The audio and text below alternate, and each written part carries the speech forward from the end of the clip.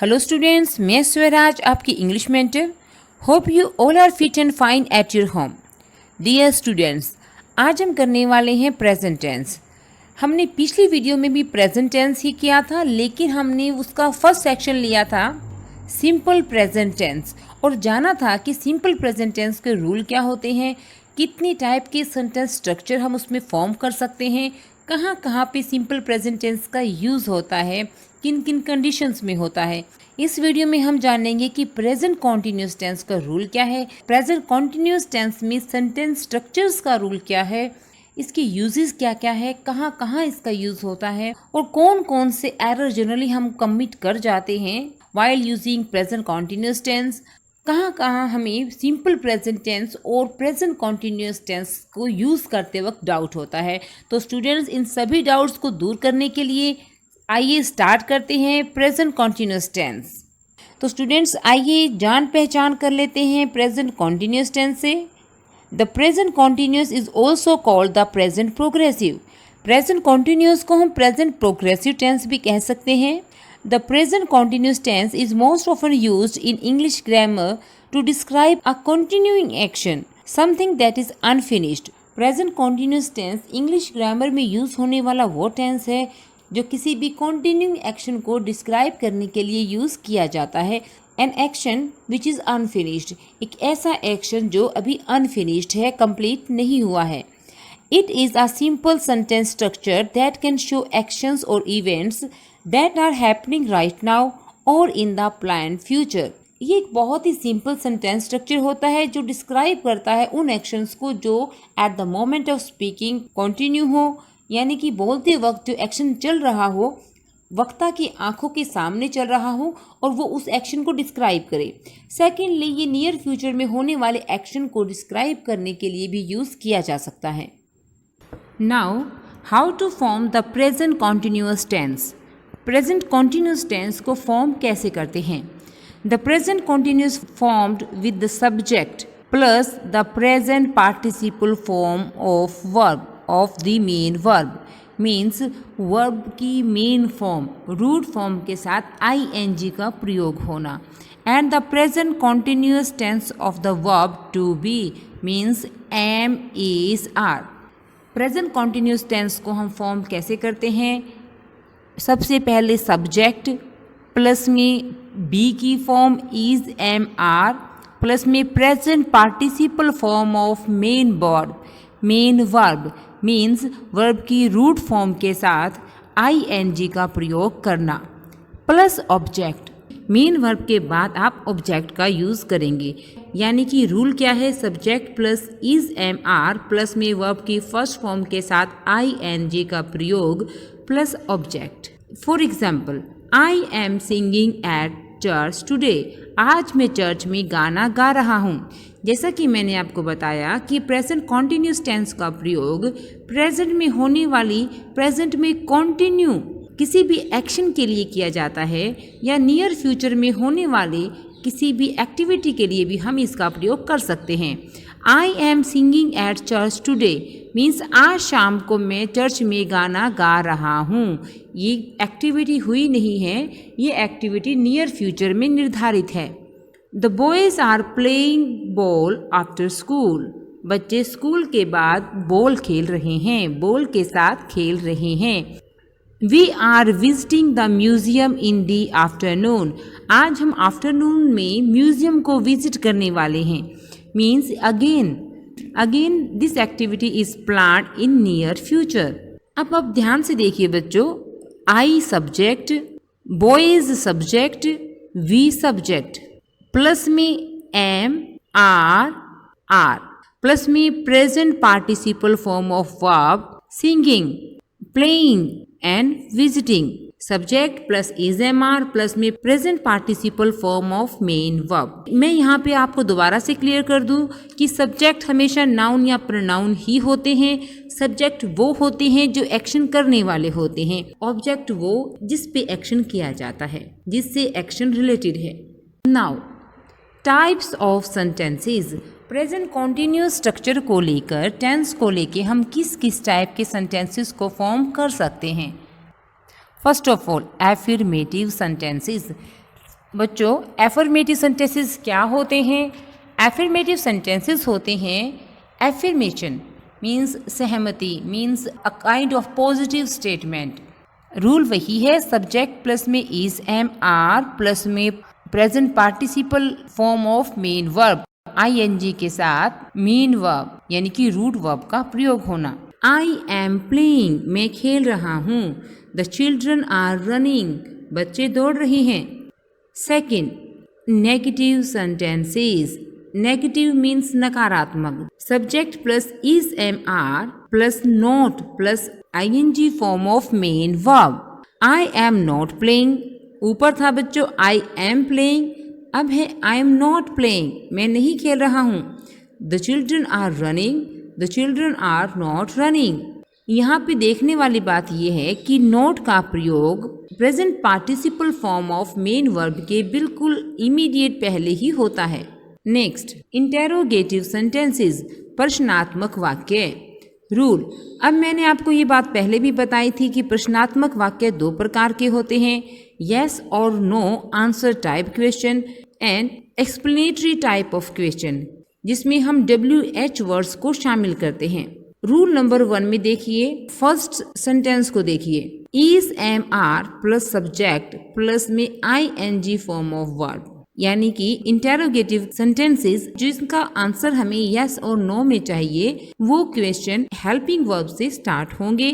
Are you listening to me, क्या तुम मुझे सुन रहे हो? यहाँ पे देखिए आर हेल्पिंग वर्ब है, उसके बाद सब्जेक्ट होगा, फिर ing फॉर्म ऑफ वर्ब का प्रयोग होगा। Is he playing in the ground, क्या वो ग्राउंड में खेल रहा है? अगेन इज हेल्पिंग वर्ब से सेंटेंस स्टार्ट होगा, फिर सब्जेक्ट, फिर ing form of main verb, उसके बाद आप ऑब्जेक्ट का प्रयोग कर सकते हैं। नेक्स्ट क्वेश्चन है WH टाइप क्वेश्चंस, मींस जब आप सेंटेंस को बिगिन WH वर्ड से करेंगे। WH words means what, to, where, why. Rule है WH plus is am are plus subject plus ing form of verb plus object. Object understood है बच्चों की main verb के बाद ही ऑब्जेक्ट का प्रयोग होगा।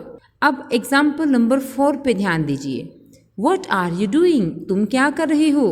व्हाट, हमारा क्वेश्चन स्टार्ट हुआ व्हाट से, उसके बाद हेल्पिंग वर्ब, फिर सब्जेक्ट और फिर एक्शन वर्ड यानी कि ing form of verb. Why are you laughing at me, again WY interrogative word है, are helping verb, you subject है, लाफिंग वर्ब है, present participle form of verb और उसके बाद आपका object. How is the matter going on, यहाँ पे again how interrogative word है, इज हेल्पिंग वर्ब है, द मैटर सब्जेक्ट हो गया और गोइंग ऑन यहाँ पे present participle form of main verb है। तो बच्चों आइए नजर डालते हैं कॉमन यूजेस पर, यानी कि प्रेजेंट कॉन्टिन्यूस टेंस के कॉमन यूजेस को देखते हैं। Number 1, to describe something which is happening at the exact moment of speech, ऐसे एक्शन को, उस चीज़ को बताना जो बिल्कुल बोलते समय हो रहा हो।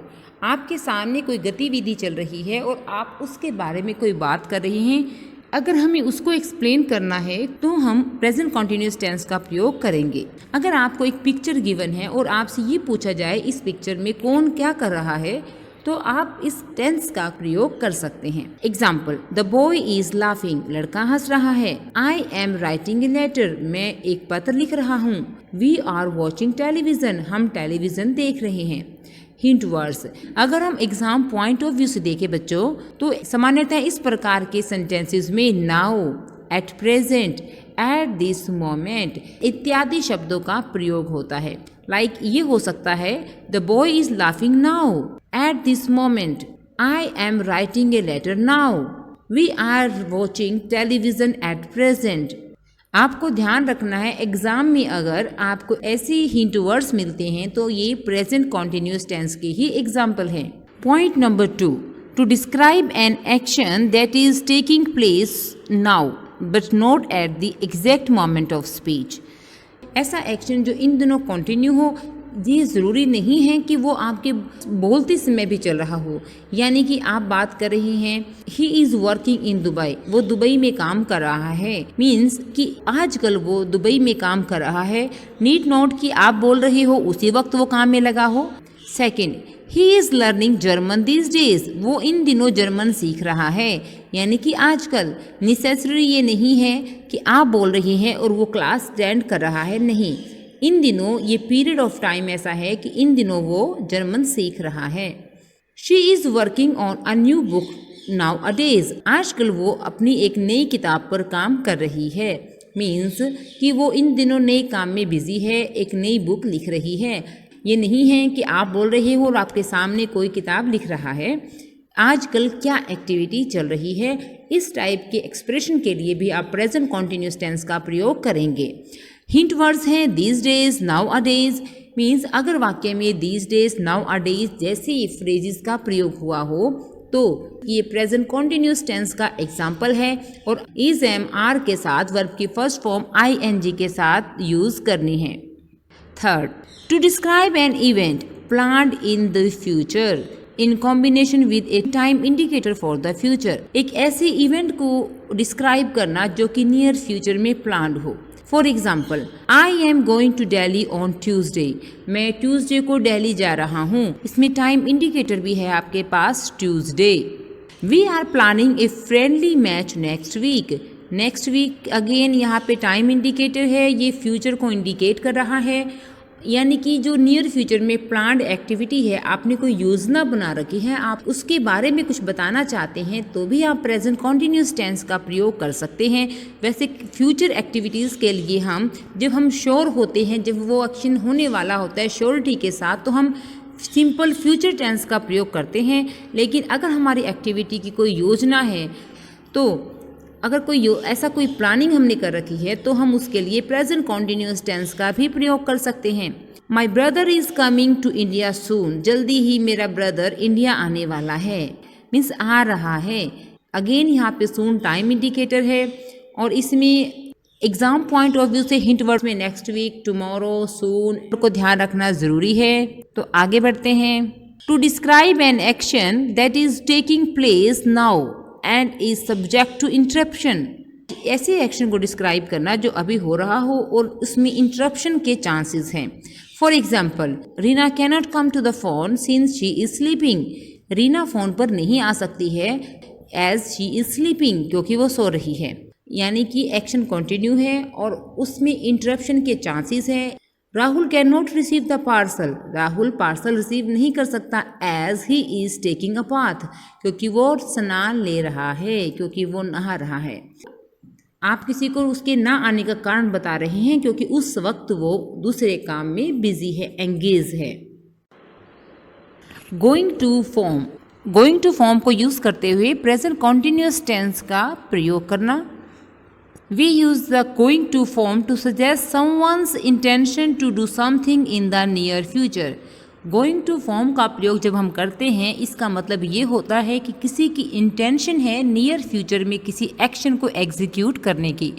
लाइक रूल है सब्जेक्ट प्लस में is am are plus going to plus root form of the main verb. यहाँ पे गोइंग ही present participle form of main verb है। क्योंकि गोइंग के साथ टू लगा है इसलिए इसके साथ रूट फॉर्म ऑफ वर्ब का ही प्रयोग होगा, यानी कि वर्ब की फर्स्ट फॉर्म का ही प्रयोग होगा। For example, the teacher is going to give us a test today, teacher आज हमें एक टेस्ट देने वाली है।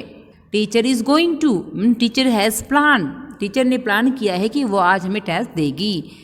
I am going to shift in London soon, मैं जल्दी ही लंदन में शिफ्ट होने वाली हूँ। We are going to buy a new car next week, अगले हफ्ते हम एक नई कार खरीदने जा रहे हैं। मीन्स एक एक्शन जो आप नियर फ्यूचर में कंप्लीट करने वाले हैं। Next, in addition to the above, the present continuous tense can be used to describe actions that are being repeated, often to emphasize the frequency of an action in a humorous or hyperbolic way. Present continuous tense का प्रयोग उन actions को describe करने के लिए भी किया जा सकता है जो अक्सर रिपीट किए जाते हैं और ये इसका मकसद उसकी फ्रीक्वेंसी को एम्फेसाइज करना ही होता है, उसकी बारंबारता को एम्फेसाइज, उस पे ध्यान आकर्षित करने के लिए ही इस प्रकार के वाक्यों का प्रयोग होता है। और जनरली ये बढ़ा चढ़ाकर या फिर मजाकिया तरीके से ही कहे जाते हैं। For example, my mother is always making me go to school. मेरी मदर मुझे हमेशा स्कूल भेज देती है। She is always playing with that doll. ये हमेशा उस डॉल के साथ खेलती रहती है। He is always eating chocolate. वो हमेशा चॉकलेट खाता है। She is constantly complaining about her sister. ये कॉन्स्टेंटली यानी लगातार ये अपनी सिस्टर की कंप्लेंट करती रहती है। Her mother is for ever misplacing her keys. उसकी मदर हमेशा अपनी कीज़ को मिसप्लेस कर देती है, खो देती है। तो बच्चों, इसमें आपने क्या नोटिस किया कि कभी किसी के एक्शन को, कभी किसी की आदत को एम्फिसाइज करने के लिए, उस पर ध्यान आकर्षित करने के लिए, जोर डालने के लिए कि ये एक्शन बार बार रिपीट होता है, उससे ये गलती बार बार रिपीट होती है, वो शिकायतें बार बार करती है, ऐसे किसी हैबिट को, उसके एक्शन की फ्रिक्वेंसी को हाईलाइट करने के लिए, उसे एम्फिसाइज करने के लिए ही इस प्रकार के वाक्यों की रचना की जाती है। और ये प्रेजेंट कॉन्टिन्यूस फॉर्म में ही लिखे जाते हैं। और आपने नोटिस किया हो तो ये एक तरीके के एक्सक्लामेटरी भी होते हैं। अमूमन इसके लास्ट में साइन ऑफ एक्सक्लामेशन का प्रयोग होता है। Hint words like always, constantly and forever. Next, present continuous tense can be used when speaking about current trends. बच्चों, अब ध्यान दीजिए कि हमें प्रेजेंट कॉन्टिन्यूअस टेंस का प्रयोग कहाँ कहाँ करना है, यानी कि हम अपने डेली कम्युनिकेशन में, व्यवहार में इसे कैसे प्रयोग कर सकते हैं। देखिए, अगर हमें करंट ट्रेंड्स की बात करनी है, जो इस वक्त जो चीज़ें चल रही है, जो फैशन चल रहा है, इस प्रकार की बातों के लिए भी, इस प्रकार की कम्युनिकेशन के लिए भी आप प्रेजेंट कॉन्टिन्यूअस टेंस का प्रयोग कर सकते हैं। जैसे shopping online is growing in popularity now a days. Online shopping का आजकल ट्रेंड है, यानी ये पॉपुलैरिटी गेन कर रहा है। The stocks are dropping constantly due to the economy. Stocks, stock market, stocks जो है वो गिर रही हैं इकोनॉमी की वजह से। Next, present continuous tense is used with some exclamatory phrases. कुछ एक्सक्लामेटरी फ्रेजेस के साथ भी प्रेजेंट कॉन्टिन्यूअस टेंस का प्रयोग होता है। Like look she is droning. देखो वो डूब रही है। यहाँ पे देखो ये एक्सक्लामेटरी वर्ड है और साइन ऑफ एक्सक्लामेशन से इसे एक्सप्रेस कर रहे हैं, क्योंकि आंखों के सामने कुछ हो रहा है, उसके बारे में हम किसी को बताना चाहते हैं, किसी इशारा करना चाहते हैं, उसके लिए प्रेजेंट कॉन्टिन्यूअस टेंस का प्रयोग होगा। Hey why are you laughing at me. तुम मुझ पे क्यों हंस रहे हो। अगेन यहाँ पे है एक्सक्लामेटरी फ्रेज है और हम किसी को बोलते समय ही टोक रहे हैं, किसी एक्शन के लिए भी हम प्रेजेंट कॉन्टिन्यूअस टेंस का प्रयोग करेंगे। Hurry up, the bus is leaving. जल्दी करो, बस जा रही है। अगेन हम किसी को इंडिकेट कर रहे हैं। Listen, you can't do this. सुनो, तुम ऐसा नहीं कर सकते हो। Again it's a kind of indication. Excuse me, are you waiting for me. Excuse me, क्या आप मेरे लिए वेट कर रहे हैं। अगेन एक्सक्यूज मी, लिसन, ये एक्सक्लामेटरी वर्ड्स और फ्रेजेस हैं। और इसके साथ हम किसी एक्शन को जो आसपास हो रहा है उसके बारे में या तो पूछताछ कर रहे हैं या फिर हम उसके बारे में बता रहे हैं, तो हम प्रेजेंट कॉन्टिन्यूअस टेंस का प्रयोग करेंगे। और काइंडली ये जो आपकी एक्सक्लामेटरी फ्रेजेस हैं इनको आप नोट कर लें, इनके साथ हमेशा ही प्रेजेंट कॉन्टिन्यूअस टेंस का प्रयोग होगा। इस टाइप के स्ट्रक्चर्स में जनरली प्रेजेंट कॉन्टिन्यूअस टेंस का ही प्रयोग होता है। What is the difference between simple present tense and present continuous tense? बच्चों, अक्सर हमें ये डाउट हो जाता है कि यहाँ पर यानी कम्युनिकेशन के समय हमें यहाँ पर सिंपल प्रेजेंट टेंस का प्रयोग करना चाहिए या फिर प्रेजेंट कॉन्टिन्यूअस टेंस का। तो इस डाउट को भी हम दूर कर लेते हैं। We use the simple present tense when we want to talk about fixed habits or routine. जब हम अपने फिक्स हैबिट और रूटीन के बारे में बात करना चाहते हैं तो उसके लिए हमें सिंपल प्रेजेंट टेंस का प्रयोग करना होता है। Things that do not change, ऐसी चीज़ें जो नहीं बदलती है, जो हमारी आदत का हिस्सा है, जो हमारे ट्रेडिशन परंपराओं का हिस्सा है, एक व्यवहारिक और वैज्ञानिक सच है, ऐसी बातों के लिए हम सिंपल प्रेजेंट टेंस का प्रयोग करते हैं। We use the present continuous to talk about the actions which are happening at the present moment but will soon finish. लेकिन ऐसे एक्शंस के लिए जो प्रेजेंटली चल रहा हो लेकिन एक समय के बाद ख़त्म हो जाएगा, ये टेम्परेरी एक्शन होता है। इस प्रकार के एक्शन को डिस्क्राइब करने के लिए हमें सिंपल प्रेजेंट कॉन्टिन्यूस टेंस का प्रयोग करना होता है। तो बच्चों डाउट क्लियर हुआ कि ऐसे एक्शन जो हमारे आदत का, जो हमारे ट्रेडिशन का, जो एक लंबे समय का हिस्सा हो, उसके लिए हमें सिंपल प्रेजेंट टेंस का प्रयोग करना है। लेकिन ऐसा टेम्परेरी एक्शन जो बोलते समय तो चल रहा हो, उन दिनों तो चल रहा हो, लेकिन ये जल्दी ही खत्म हो जाएगा, इसकी सीमा अवधि तय है। ऐसे एक्शंस को डिस्क्राइब करने के लिए हमें प्रेजेंट कॉन्टिन्यूअस टेंस का प्रयोग करना होता है। बच्चों साथ ही साथ हम ये भी देख लेते हैं कि कहाँ पर हमें प्रेजेंट कॉन्टिन्यूअस टेंस का प्रयोग नहीं करना है, किन किन वर्ब को हम present participle form of verb के रूप में प्रयोग नहीं कर सकते हैं। जैसे कि वर्ब ऑफ सेंसेस, सेंसेस से जुड़ी हुई वर्ब्स जैसे hear, see, smell, taste. I am tasting, I am smelling, I am seeing, I am hearing, ऐसी वर्ब का प्रयोग नहीं हो सकता है। कुनीन टेस्ट बिटर, कुनीन का टेस्ट बिटर होता है, ये नहीं हो सकता कि कुनीन इज टेस्टिंग बिटर, कि कुनीन का स्वाद कड़वा आ रहा है। I hear that you have resigned your job, मैंने ये सुना है कि तुमने अपनी जॉब से रिज़ाइन कर दिया है, ये नहीं हो सकता कि आई am hearing that. I always see him busy with his work, मैं हमेशा उसे अपने काम के साथ बिजी ही देखती हूँ।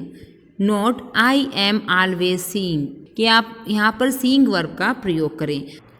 Next verb of feeling and emotions, feel, want, desire, like, dislike, fear, love, hate, care, wish, respect. Feeling और इमोशंस से जुड़ी हुई वर्ब्स के साथ भी आप ING नहीं लगाएंगे।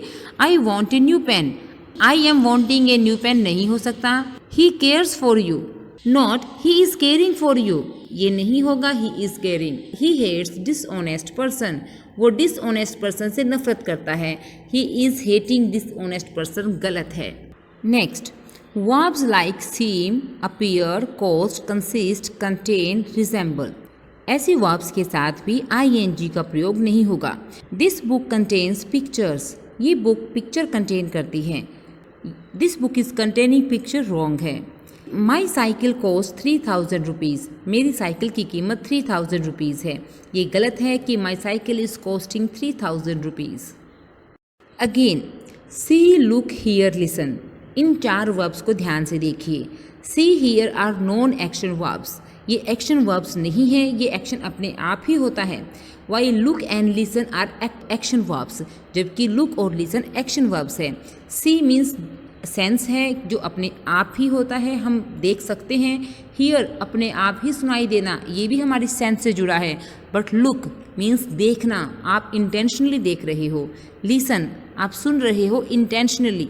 Example, I see a man outside, he is looking at me, जो सेंसेस से जुड़ी वर्ब है सिंपल प्रेजेंट टेंस में प्रयोग होगी, जबकि लुक वर्ब को आप कॉन्टिन्यूस फॉर्म में प्रयोग कर सकते हैं कि मैं उसे देख रहा हूँ, वो मुझे देख रहा है। I here a lot of noise, मुझे काफी सारा आवाज सुनाई दे रही है, मैं काफी आवाज सुन सकती हूँ। Are you listening to me, क्या तुम मुझे सुन रहे हो, ये यहाँ पे कॉन्टिन्यूस वर्ब है क्योंकि ये एक्शन वर्ब है। जो एक्शन वर्ब ना हो वो सिंपल प्रेजेंट टेंस में प्रयोग होगी, और जो एक्शन वर्ब है उन्हें हम प्रेजेंट कॉन्टिन्यूस टेंस में प्रयोग कर सकते हैं। Have, when have shows possession और condition, we should not use it in the present continuous tense. बच्चों हैव का प्रयोग भी हम काफ़ी बार मेन वर्ब के रूप में करते हैं। जब ये पोजेशन को शो करता है उस वक्त हम इसे प्रेजेंट कॉन्टिन्यूस टेंस में प्रयोग नहीं कर सकते। I have a car, not I am having a car. I have a headache, not I am having a headache. But we can use have in the present continuous tense in the following cases. लेकिन हम have को present continuous tense में नीचे दिए गए cases में प्रयोग कर सकते हैं। First, when we refer to some arrangement for the future, जब हम future की किसी arrangement की बात कर रहे हैं, जैसे we are having a party tomorrow, हम कल पार्टी करने वाले हैं। In sentences like He is having his lunch, वो अपना लंच कर रहा है। इस प्रकार के वाक्यों में हम इसे कॉन्टिन्यूस फॉर्म में प्रयोग कर सकते हैं, और जब हम पोजेशन के तौर पे ऊपर दिखाएंगे तो हम इसे सिंपल प्रेजेंट टेंस में ही प्रयोग करेंगे। स्टूडेंट्स, ये है हमारा एक्सरसाइज सेक्शन। अब यहाँ पे हम एग्जाम्पल्स लेंगे और उन सभी पॉइंट्स को यूज़ करेंगे जो पीछे अभी हमने किए हैं। Example number 1, the home team dash well in the tournament. Verb है प्ले। इन दिनों होम टीम अच्छा कर रही है। टूर्नामेंट में हमारी होम टीम अच्छा कर रही है। स्टूडेंट्स, यहाँ पे हम उस पॉइंट को लेंगे कि ये ज़रूरी नहीं है कि एक्शन हमारे बोलते समय चल रहा हो, बल्कि उन दिनों हो रहा हो। तो यहाँ पे हम लेंगे our home team is playing well in the tournament. Next, who dash in my bed. Verb है लाई। लाई मीन्स लेटना। मेरे बेड में कौन लेटा हुआ है। इट मीन्स कि अब कुछ एक वर्ब ऐसी होती है जिसका मीनिंग होता है पहना हुआ, सोया हुआ, लेटा हुआ, बैठा हुआ, खड़ा हुआ। कौन खड़ा है, कौन बैठा है। इट डज नॉट मीन कि ही स्टैंड, ही स्टूड। ये आएगा he is standing, he is sleeping. वह सोया हुआ है, वह सो रहा है या सोया हुआ है। He is sleeping. वो खड़ा रहा है नहीं कहेंगे, वो खड़ा है। वो बैठा है, he is sitting, he is standing. Same here, who is lying in my bed. Next, what dash you dash these days. Verb है राइट। इन दिनों तुम क्या लिख रहे हो।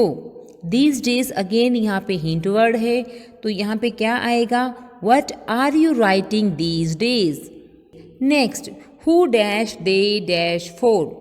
अगेन वर्ब है यहाँ पर वेट। क्या आएगा बच्चों, who are they waiting for. वो किसका इंतजार कर रहे हैं। Next, how many teams dash in this debate competition. इस डिबेट कॉम्पिटिशन में कितनी टीम्स पार्टिसिपेट कर रही हैं। क्या आएगा यहाँ पे, are participating. How many teams are participating in this debate competition. Next, my parents dash next week. Again यहाँ पे नियर फ्यूचर में कोई प्लानिंग की इंडिकेशन है, तो हम क्या करेंगे, my parents are coming, my parents are coming next week. Exercise number 2, example number 1, this jewellery box dash a precious necklace. Given verb है कंटेन। तो students, do you remember that कि मैंने आपको कहा था कि कंटेन, कंसिस्ट जैसी verb कभी प्रेजेंट कंटिन्यूस टेंस में यूज नहीं होती है। यहाँ पे आएगा simple present tense. This jewellery box contains a precious necklace. Next, I dash that all human beings dash selfish. Verb given है not, believe and be. So students, क्या आपको याद आया कि बिलीव, थिंक, डाउट, वांट जैसी verb जो emotions और feelings को एक्सप्रेस करती हैं वो भी प्रेजेंट कॉन्टिन्यूस फॉर्म में यूज नहीं होती है। तो यहाँ पे क्या आएगा, I do not believe. Negative है तो सिंपल प्रेजेंट टेंस में I do not believe that all human beings are selfish. Because be, यहाँ पे बी वर्ब थी, बी में इज एम आर का प्रयोग हम प्रेजेंट टेंस में कर सकते हैं। नेक्स्ट है the car you dash at dash to my father. Verb है look and belong. The car you are looking at, जिस कार को तुम देख रहे हो, belongs to my father. Next, the children dash in the garden presently. बच्चों notice कीजिए यहाँ पे प्रेजेंटली का इस्तेमाल हुआ है, मीन्स एट प्रेजेंट मोमेंट। और ऐसे केसेस के अंदर अगेन कॉन्टिन्यूस वर्ब का ही प्रयोग होता है। The children are playing in the garden presently. Next, what dash you dash now. Again यहाँ पे हिंट वर्ड है नाउ, तो ये कॉन्टिन्यूस टेंस है। What are you doing now. Next, Rahul can't join you since he dash his studies. ये वही point है कि any action which is going on at the moment of speech and which is liable to be interrupted। ऐसा action जो बोलते समय चल रहा हो और जिसमें इंटरप्शन की संभावना हो। तो यहाँ पे था Rahul can't join you, Rahul तुम्हें ज्वाइन नहीं कर सकता क्योंकि इस वक्त वो पढ़ाई कर रहा है। He is doing he studies. Exercise number 3, example, now a days Rahul dash his work sincerely. यहाँ पे नेगेटिव वर्ब गिवन है नॉट डू। यहाँ पे हमारे पास हिंट वर्ड है नाउ अ डेज जो कि प्रेजेंट कॉन्टिन्यूस टेंस का हिंट वर्ड है, इसलिए हम यहाँ पे यूज करेंगे Rahul is not doing. Next, These days I dash my syllabus. Again यहाँ पे हिंट वर्ड है these days, वर्ब होगी प्रेजेंट कॉन्टिन्यूस फॉर्म में, तो I am revising. Next look it dash outside, verb है रेन.